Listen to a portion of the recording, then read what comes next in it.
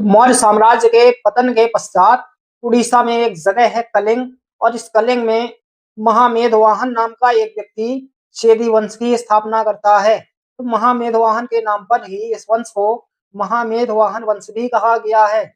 लेकिन इस वंश के जो प्रतापी शासक हुए हैं वो खारवेल हुए हैं। और खारवेल का हमें एक अभिलेख प्राप्त होता है उड़ीसा के पूरे जिले के पास स्थित उदयगिरी की पहाड़ियों पर हाथी गुम्फा अभिलेख, जो संभवतः प्राकृत भाषा और ब्राह्मी लिपि में लिखा गया था।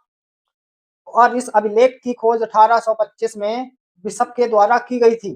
तो हमें हाथी गुम्फा अभिलेख से खारवेल के संबंध में महत्वपूर्ण जानकारी प्राप्त होती है।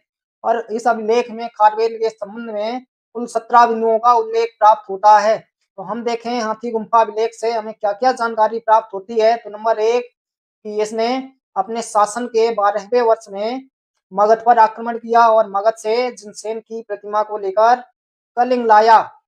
जिनसेन की प्रतिमा को इससे पहले महापद्म नंद ने कलिंग पर आक्रमण करके पाटलिपुत्र ले गया था, जिसको पुनः खारवेल ने मगध पर आक्रमण करके कलिंग लेकर आया। और हमें यह भी उल्लेख प्राप्त होता है कि इसने तिनसुलिया नहर का विस्तार भी कलिंग तक करवाया। तिनसुलिया नहर जिसका निर्माण महापद्म नंद के द्वारा उड़ीसा में करवाया गया था।